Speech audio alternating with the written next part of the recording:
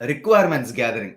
So நம்ம different types of complaints programs இருக்கு. நான் லாஸ்ட்ல ஒரு 3 டாட் போட்டிருப்பேன். அப்போவே உங்களுக்கு தெரிஞ்சிருக்கும் பல கோடி கம்ப்ளைண்ட்ஸ் ப்ரோக்ராம்ஸ் இருக்கு. எனி செக்யூரிட்டி என்ஜினியர் கண்டிப்பா கவர்னன்ஸ் கம்ப்ளைண்ட்ஸ் பத்தி படிக்கிறச்சு இது எல்லாத்தையும் படிப்பாங்க. ஓகேங்களா? இது எல்லாத்தையும் எங்கேருந்து போய் நம்ம படிக்கலாம் அப்படின்னு நீங்க பாத்தீங்கன்னா, கண்டிப்பா ரொம்ப சிம்பிளான ஒரு விஷயம் சொல்றேன். AWS பிளாட்ஃபார்ம்ல நீங்க வேலை செஞ்சுட்டு இருந்தீங்கன்னா, AWS ஆர்டிஃபேக்ட் அப்படின்னு சொல்லிட்டு ஒரு சர்வீஸ் இருக்கு. அந்த AWS ஆர்டிஃபேக்ட் சர்வீஸ்ல நீங்க போயிட்டு இந்த மாதிரி என்னெல்லாம் கிளவுட் கம்ப்ளைண்ட்ஸ் ப்ரோக்ராம்ஸ் வந்து அவங்க எஸ்டாப்ளிஷ் பண்ணியிருக்கானுங்க, எதெல்லாம் அவங்க வந்து எந்த லெவல் வரைக்கும் அவங்க அச்சீவ் பண்ணியிருக்கானுங்க. ஏன்னா PCI-DSS எல்லாம் பாத்தீங்கன்னா லெவல்ஸ் இருக்கு அதுல. ஸோ அதெல்லாம் என்னெல்லாம் அச்சீவ் பண்ணியிருக்கானுங்க அப்படின்றது நீங்க போய் பார்க்கறதுக்கு AWS ஆர்டிஃபேக்ட் அதுலயுமே ரொம்ப கிளீனா ஒரு ஐ மீன் கம்ப்ளைண்ட்ஸ் டாக்குமெண்ட்டுமே வந்து உங்களுக்கு ஸ்ட்ரக்சர்டா இருக்கும், மாடியுலரைஸ்டா இருக்கும்.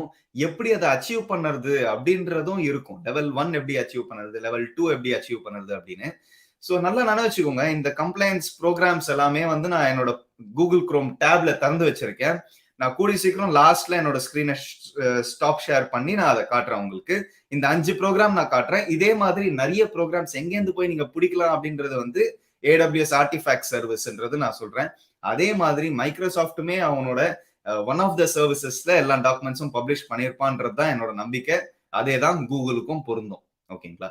ஸோ இந்த கம்ப்ளைண்ட்ஸ் ப்ரோக்ராம்ஸ்லாம் in terms of security and complaints இதெல்லாம் என்னதுன்னு நீங்க பாத்தீங்கன்னா, ASVSன்னு ஒன்று இருக்கு. அது வந்து OWASP அவனோட ஸ்டாண்டர்டு. மொபைலுக்கும் ஒரு டாக்குமெண்ட் வச்சிருக்கான் அவனோட ஸ்டாண்டர்டா. இப்போ நீங்க வந்து ஒரு உதாரணத்துக்கு ஒரு இன்ஃப்ராஸ்ட்ரக்சருக்கு மேல நீங்க வந்து பேமெண்ட்ஸ் எல்லாம் நீங்க ப்ராசஸ் பண்றீங்க அப்படின்னா, அது வந்து PCI-DSS payment card industry data security ஸ்டாண்டர்ட்னு நம்ம சொல்லுவோம். அதே மாதிரி வந்து இப்போ GDPR EU சைட்ல, யூரோப்பியன் யூனியன் சைட்ல, இப்போ நான் ஆம்ஸ்டர்டாம்ல இருக்கேன்.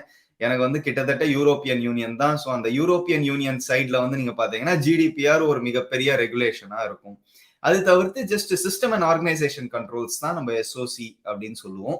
ஸோ இதுலயே நிறைய டிஃப்ரெண்ட் லெவல்ஸ் இருக்கு. SOC லெவல் 3 இருக்கு, 1 இருக்கு, இந்த மாதிரிலாம் நிறைய இருக்கு. இதுதான் second phase of secure SDLC நம்ம சொல்லுவோம். இதை எப்படி அச்சீவ் பண்றது அப்படின்றது வந்து அவங்களோட ரெஸ்பெக்டிவ் ஒயிட் பேப்பர் அண்ட் டாக்குமெண்டேஷன்லயே கிளீனா இருக்கும். இப்போ நீங்க ஒரு கிளவுட் இன்ஃப்ராஸ்ட்ரக்சர்ல ஓடிட்டு இருக்கீங்கன்னா என்னெல்லாம் நீங்க செக்யூர் பண்ணணும் அப்படின்றதெல்லாம் கிளீனாவே இருக்கும் அதுல. ஸோ ஒரு செக்யூரிட்டி என்ஜினியரா ஒரு செக்யூர் SDLC படிக்கிறான் அப்படின்னா ட்ரைனிங் ஸ்டேஜுக்கு அடுத்த ஸ்டேஜ் ரிக்வயர்மெண்ட் ஸ்டேஜ் வந்து ரொம்ப ரொம்ப முக்கியம்.